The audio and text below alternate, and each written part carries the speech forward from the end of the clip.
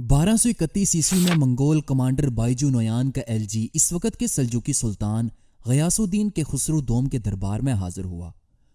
منگول سفیر نے عقدائی خان کے حکم پر سلجوقی سلطان سے بھاری خراج کا مطالبہ کیا، جس پر سلطان غیاث الدین نے نہ صرف خراج دینے سے انکار کیا بلکہ انہوں نے منگول سفیر کی سخت بے عزتی بھی کی۔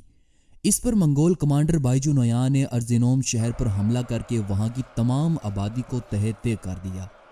یہاں قتل و غارت گری کرنے کے بعد بائیجو نویان جارجیا اور آرمینیا میں مزید فوج جمع کرنے کے لیے چلا گیا اور 26 جون 1243 عیسوی کو منگول کمانڈر بائیجو نویان 30,000 کی منگول فوج کے ساتھ سلجوقی سلطنت میں داخل ہوا۔ ادھر سلجوقی سلطان غیاث الدین کے خسرو نے 60,000 کی فوج جمع کر لی تھی اور وہ اس فوج کے ساتھ سیواز شہر کے قریب کوسے داغ کے مقام پر انہوں نے اپنے لشکر کا پڑاؤ ڈالا۔ اگرچہ اس جنگ میں سلجوقی سلطان کے پاس منگولوں کی نسبت 2 گنا فوج زیادہ تھی، لیکن جہاں سلجوقی سلطان نے ایک تاریخی غلطی کی، غیاث الدین نے اپنا ہرول دستہ منگولوں پر حملے کے لیے روانہ کر دیا۔ جب اس ہرول دستے نے منگولوں کے لشکر پر حملہ کیا تو یہاں بائیجو نویان نے ایک چال چلی۔ اس نے اپنے لشکر کو پسپائی کا حکم دیا، جس پر منگول فوج پیچھے ہٹتی جاتی اور سلجوقی فوج کا ہرول دستہ منگولوں کا تعاقب کرتا جاتا، یہاں تک کہ سلجوقی سلطان اور اس ہرول دستے کے درمیان بہت زیادہ دوری پیدا ہو گئی۔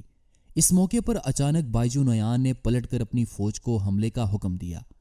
منگول یکدم پلٹے اور انہوں نے پلٹ کر سلجوقیوں پر ایسا حملہ کیا کہ دیکھتے ہی دیکھتے سلجوقی فوج کا ہرول دستہ منگولوں کے ہاتھوں مارا گیا، جس کے بعد سلطان غیاث الدین میدان جنگ چھوڑ کر بھاگ کھڑے ہوئے۔ کوسے داغ کی جنگ میں سلجوقی سلطان غیاث الدین کے خسرو دوم کو شکست دینے کے بعد منگول کمانڈر بائیجو نویان شہر سیواز جا پہنچا۔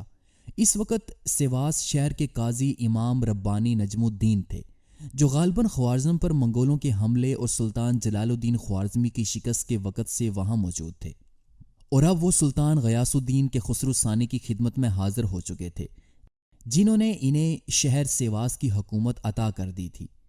قاضی صاحب نے جب منگولوں کی آمد کی خبر سنی تو مدافعت کو ناکافی خیال کرتے ہوئے انہوں نے بائیجو نویان کا استقبال کیا۔ بائیجو نویان ان سے خوارزم میں پہلے مل چکا تھا، اس نے فوراً آپ کو پہچان لیا۔ امام نجم الدین نے سلطان کا فرمان اس کی خدمت میں پیش کیا تو بائیجو نے بوسہ دے کر فرمان سر پر رکھا اور شہر انہی کو بخش دیا۔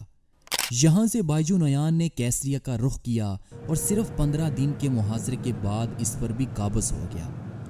منگولوں نے یہاں بھی وہ قتل و غارت اور لوٹ مار مچائی کہ شہر ایک کھنڈر میں تبدیل ہو گیا۔ سلطان کو جب کیسریا پر منگولوں کے قبضے کی خبر ملی تو وہ خوف و دہشت کے مارے پائے تخت کونیا چھوڑ کر ازنیک کی سرحدوں کے قریب واقع ایک قلعے میں روپوش ہو گئے۔ اس کے بعد بائیجو نویان نے اناطولیہ میں مزید لشکر کشی کا ارادہ ترک کیا اور آذربائیجان میں واقع اپنی قرارگاہ کا رخ کیا۔ اب اسے بہار کی آمد کا انتظار تھا تاکہ اناطولیہ کے مزید شہروں کی فتح کی جا سکے۔